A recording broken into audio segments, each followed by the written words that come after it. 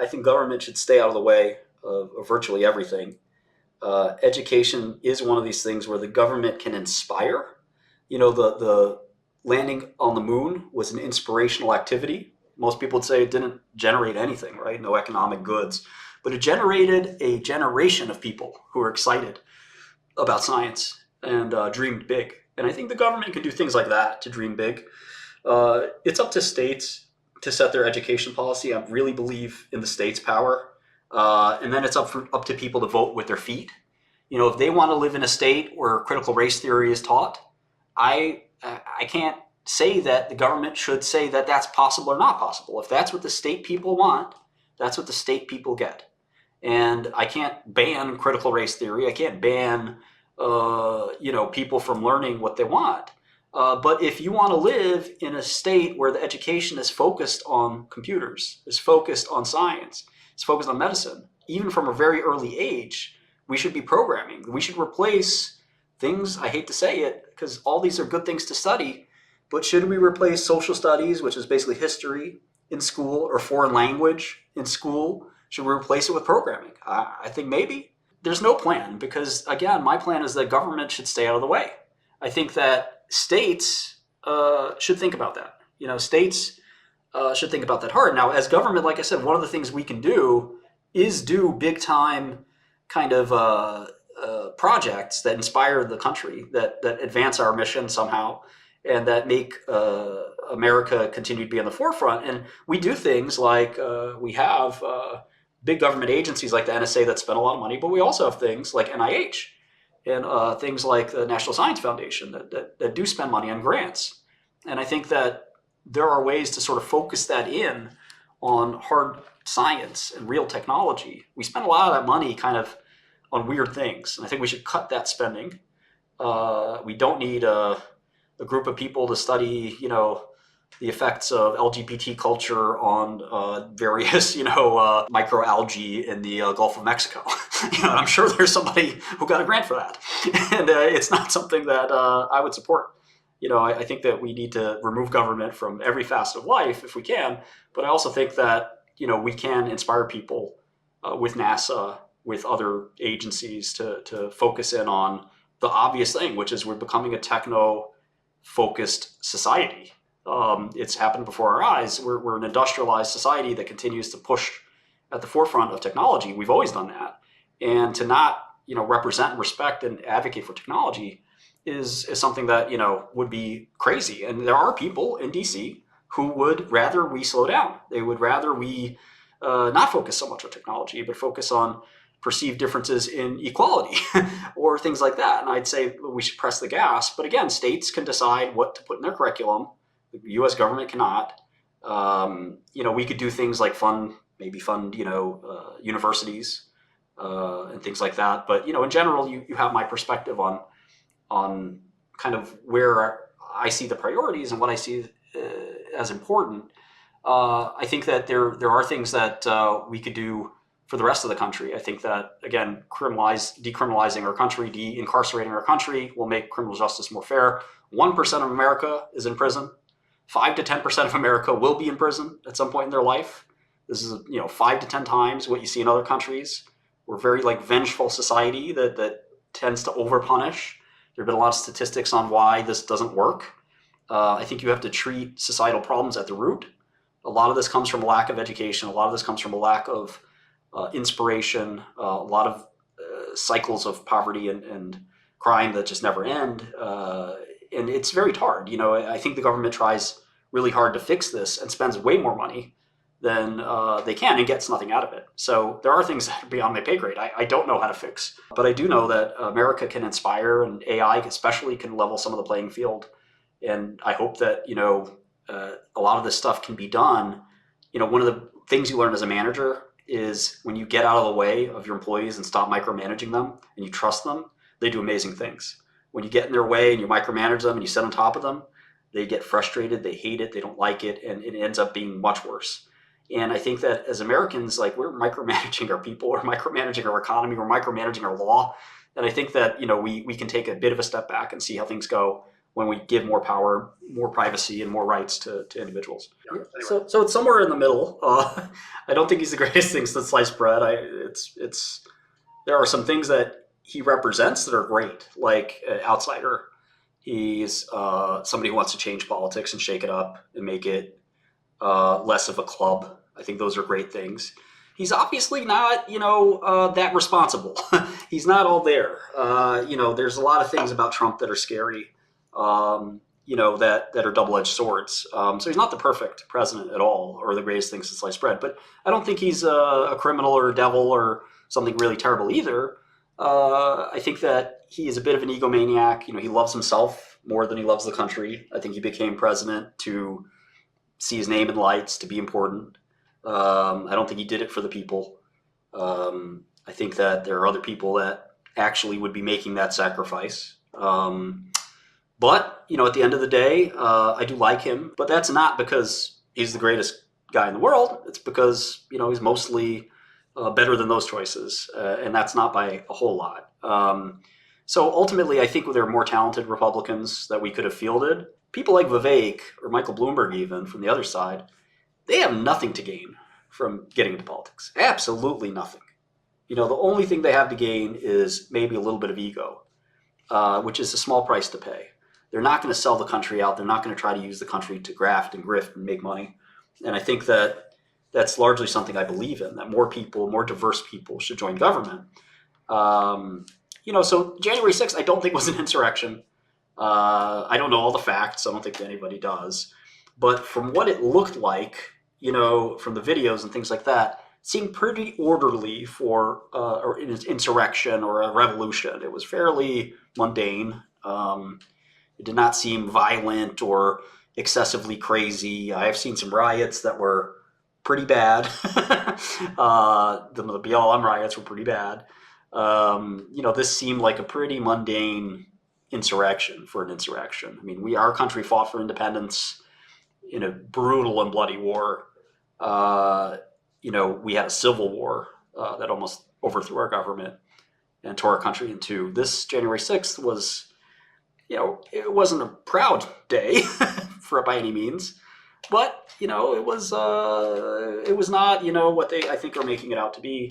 A lot of people used it to sensationalize it. If you look at the videos, they're kind of meh for people who are really mad at government and think that we're going in the wrong direction, because I think that's true. I sympathize with people that are really upset with government. I don't condone, trespassing or,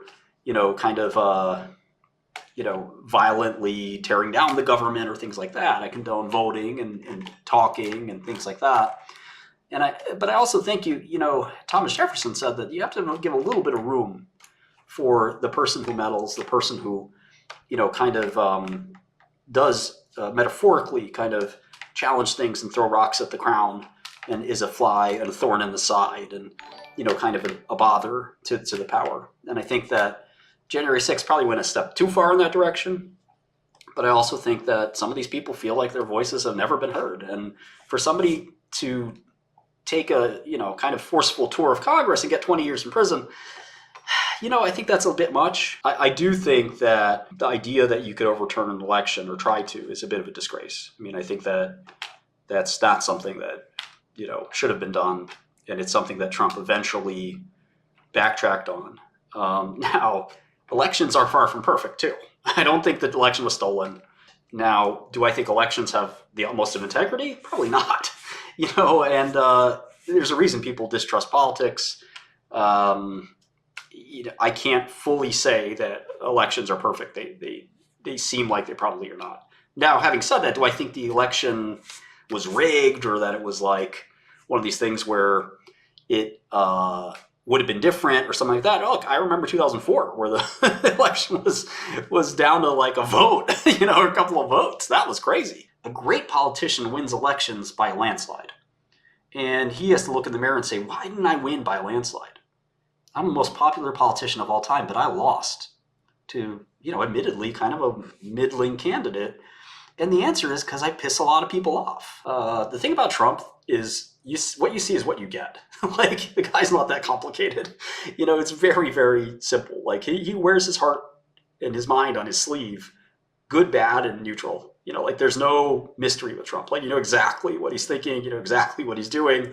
There's no subterfuge. And in a lot of ways, he's a simple guy like that isn't that dangerous. And like he'd ask crazy things like to the generals or defense people that worked for him, like, hey, can I do this or do that? And they were like the adults in the room in a lot of ways.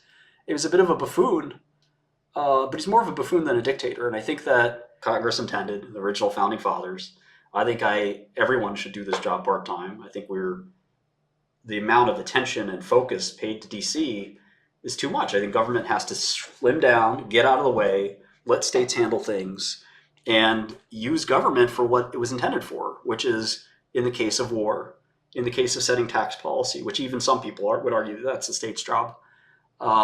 Everything should largely be the state's job. This isn't a new thing. This is a trend that's been happening for a while where our Supreme Court has ruled over and over again that a lot of powers the federal government thinks it has, it does not have. And it's been taking those powers away step by step. Roe v. Wade was a really big one, very controversial, but the SCOTUS basically said, with Roe v. Wade, this is a state thing. Get this out of federal government. With SEC v. Liu, Supreme Court said, SEC doesn't have that right. They can't do that. Strip them of disgorgement, which is one of their biggest rights, biggest penalties they could levy. They took that away. Against the AMG versus FTC, they took away the FTC's right to equitable monetary relief, something they had cherished for 50 years. They said, nope, you don't have that right either. These government agencies gave themselves these rights by self-appointment, illegally, and SCOTUS had to stop them. So I think that if we don't sort of stop that, I think you're going to see more and more of that, where like CFPB is another one where it's like an illegally granted institution. And that's the case of, Clarence Thomas has publicly said that the second he gets a chance to end the CFPB, he will. And other institutions that are just like these like non-executive branch, but not judicial branch kind of institutions that act like they're judicial branches. It's this very weird thing, it's not supposed to be the case. It's a fourth form of government. And, we're going to see an AI consortium like the FTC. Well, what is FTC? Is it part of the executive branch? Well, it sounds like it should be, but it's a 7-year term and you can't be voted off. That certainly sounds like it's outside of the executive branch if they can't fire them. What about the Federal Reserve? It works the same way. You point to the Federal Reserve person, you can't fire them, then are they part of the executive branch? Do they report to the executive branch? Well, what part of government are they? Well, they're not a court. Well, they're not in Congress. They're kind of this like third thing or fourth thing. And I think that's wrong. You're either in one of the branches or you're not. And I think that this Federal Reserve case, you actually can fire a Federal Reserve chairman. It's just never happened. But in the FTC case, you cannot fire an FTC chairman. There's 5 of them. Along those lines, Martin, what are your thoughts on term limits? Yeah, I mean, I think they're a good thing. I think that, to a certain extent, the part that I worry about more is, again, and I hate this term because it rings of QAnon and all that stuff, is the deep state. I feel like, there are people in Congress that are just like, how do I put it nicely? I mean, they're like slime monsters that just like exist for decades and decades in these seats, and like they're creatures of DC that just like rove around our government, sucking as much as they can out of it. Influence and power and meddling. And again, it's a draconian way to look at it, but like a House of Cards episode or something. But I think those people do exist. And I think that they're often enemies of the people like a Trump or like a Vivek or like myself that want to like disrupt that status quo. That's like, hey, let's just get productive. Let's be as productive as possible. And they're like, no, we want to, have committees and we want to have people looking at this and we want to have armies of staffers and folks like that. Somebody said earlier, oh, well, you get to have a bunch of staffers. I know that. I know a bunch of these staffers. It's ridiculous that taxpayers have to pay for every person in the house to have 10 or 20 people and all their expenses are paid and all this stuff. It's nuts. I know enough about our country and enough about economics, finance, and healthcare and software that I can vote yes or no on any bill without that much work, without needing 20, 30 staffers to sit there and overthink things.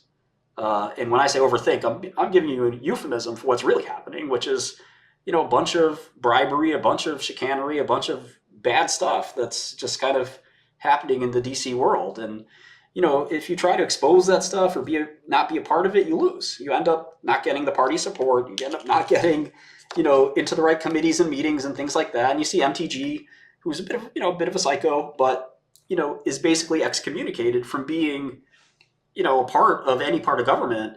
And she quickly had to reverse course on a lot of things. And George Santos as well was arrested basically for some campaign finance irregularities. If you actually read his indictment, it's very, very thin. I read through it and there's nothing here. There's really not a whole lot of crime here. You would think the guy was taking $1 million bribes or something like that. So it's almost like that Hitler quote, which is the bigger the lie you tell, the more people will believe it. George Santos misspent 100K. You ask me, Hillary Clinton's 100 million is more of a crime. And where'd that come from? That's a bigger question, a bigger crime than George Santos is, guy went to City College. We went to the same college. He's 35. He's a bit of a kook, but, I don't think he deserved to be arrested. Let the people decide if they want to give him a second term. Let the people decide that, not, hey, we're firing you. You're being expelled from Congress. You don't look like us. You don't act like us. You don't talk like us. I think that's terrible. I like people like Fetterman, to be honest. I mean, he's really a fish out of water in Congress. I even like people like AOC. I totally disagree with the politics. I think she's insane on those policies, but she's an outsider, that's for sure. I don't believe in the Green New Deal. I don't believe in her crazy tax and spend regime. She believes in MMT, magic money theory. I don't believe in that. I think we got to hunker down and stop spending money. She wants to spend even more. I'm the district next to her. So, we would be a very funny team in Congress. But she's spunky, she's got an attitude, and she is one of the most successful politicians there is for a reason. She really speaks to the people and what they want. I think it's all an act and probably kind of phony. But at the end of the day, who am I to say? The people love her. Look at President Trump. They found something wrong. They indicted the guy 4 times. Never in the history of crime has anybody been indicted 4 times at once. Not even John Gotti. It's a remarkable thing to do. And Trump's, whether you think Trump's a good guy or a bad guy, that's just way too much. I don't think the president should be indicted virtually ever, except for extreme circumstances. And these were not extreme circumstances. So that's just my 2 cents on Trump. But, it really is a shame. And it's going to set a precedent of people using government, which they already have, to settle scores. Whether it's, let's investigate this guy's company because, he donated to my enemy and he treated me poorly some other time in my life. He says, I think he's cheating on his taxes. Let me get the IRS to personally really look into this guy's taxes. So you look hard enough in anybody, you're going to find a tax irregularity, you're going to find a regulatory issue, you're going to find something. And you can ruin somebody's life for no reason. And that's what these creatures in DC want to be able to do. And trust me, it's tempting. I got a lot of enemies. Wouldn't it be nice to have that shiny House of Representatives, logo in the corner and say, here's a subpoena. Hey, you treated me bad one time in an elevator a long time ago. Here's a subpoena for you. And people do that, and it's disgusting. And, my goal is just to say no to more spending, no to all the things that I think are creating harm in our country, like regulation. I wouldn't want to be in a normal election because it's gross. You got to go shake hands and kiss butt. They're all the right people, not the people that matter, the teachers and the constituents, but all the wrong people, the party leaders, the donors, all those things. And you got to go tell a bunch of lies, and then you got to go not be yourself when you campaign and all those things. I couldn't do that. I just am too addicted to being who I am and being real, and all my flaws and all my positives all in one place. Do you believe in reducing taxes, or what would you prioritize, in order to kind of stimulate the economy and just encourage business? The reason nobody wants to do this is the really hard job. You have to actually say some really harsh realities. Democrats love spending because they can promise you everything, and that sounds exciting. Free healthcare, whoa, I like that. Free this, I like that. Free that, I love that. Republicans frame it as, instead of saying, well, I'm not going to give you free anything, but I'm going to cut your taxes. Well, both are problems, right? Both are huge problems. If there's no tax revenue, we can't spend $1. And if we don't spend anything, we have no reason to have the taxes. And I just think it's time to get these things in symmetry. Do taxes have to go up? Maybe. Does spending have to go down? Definitely. I think that it's easier to point to the waste and the spending than it is to point to why should taxes be higher, as taxes are pretty high as they are. I know that some Democrats don't think that. They think that taxes should be even higher. Again, I look back to the origin of our country and say that we didn't have a federal tax for a long time. States have the right to impose as much taxes as they want. And some states do a great job of that. Some states have no personal income tax. Every state has its own experiment on how to run. But with Medicare and Medicaid, we've created a gigantic amount of expenses, and we have to pay for them. And people like those entitlements, and some people even want them expanded. I think that we have to solve some of these problems at their root. I mentioned Alzheimer's before. Alzheimer's is this really, really big expense that's going to get bigger and bigger, and drug companies are not interested in solving it because they just can't. I think we have to take some of these things into our own hands, which is like antithetical to what I'm talking about, which is a smaller government. But government is there when the scope and scale of the problem is too big for the states. And the scope and scale of Alzheimer's is something that will ruin our country in medical expense. As you guys may know, Medicaid and Medicare take care of poor people and people over the age of 65. More and more people are going to be 70, 80, 90, 100 years old and have Alzheimer's and be very unproductive and cost a ton of money. And I would love for those people to be of sane mind, of productivity, and so forth by curing Alzheimer's, which is going to require a Manhattan Project to do. Drug companies have no clue how to fix Alzheimer's. And part of the reason is it's a multi-decade disease where patents run out in 10 years. So they have no incentive to fix it either. Even if they cured Alzheimer's, there'd be no way to make $1 from it, so they don't bother. So it's a really tricky thing. Things like Alzheimer's. Cancer is getting better. We have a huge military expense. It's tough to talk about reducing that. A lot of people don't like that. I think we should reduce it. I think we live in a world where we could rapidly mobilize in the case of war. I know a lot of people find that uncomfortable, but I feel like we have to cut the military expense by at least a little bit. But the healthcare expense are the biggest expense. If you look at our $4 trillion of spending, $2 trillion of it is healthcare, Social Security, about $3 trillion in total of entitlements. And, that equals our tax revenue. So just to stay afloat, we would have to cut every dollar of discretionary spending, which includes defense.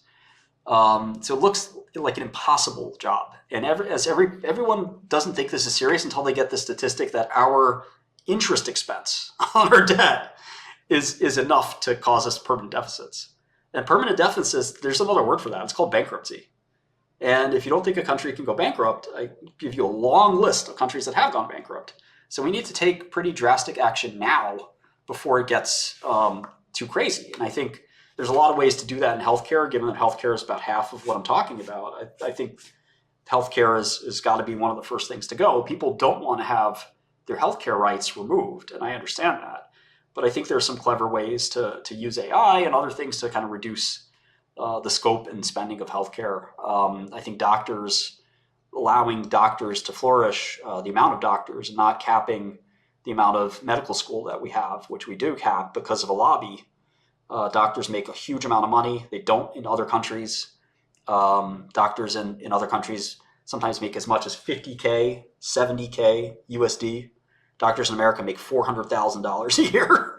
And it's because we don't allow people from other countries to come with their medical degrees and come to America and practice.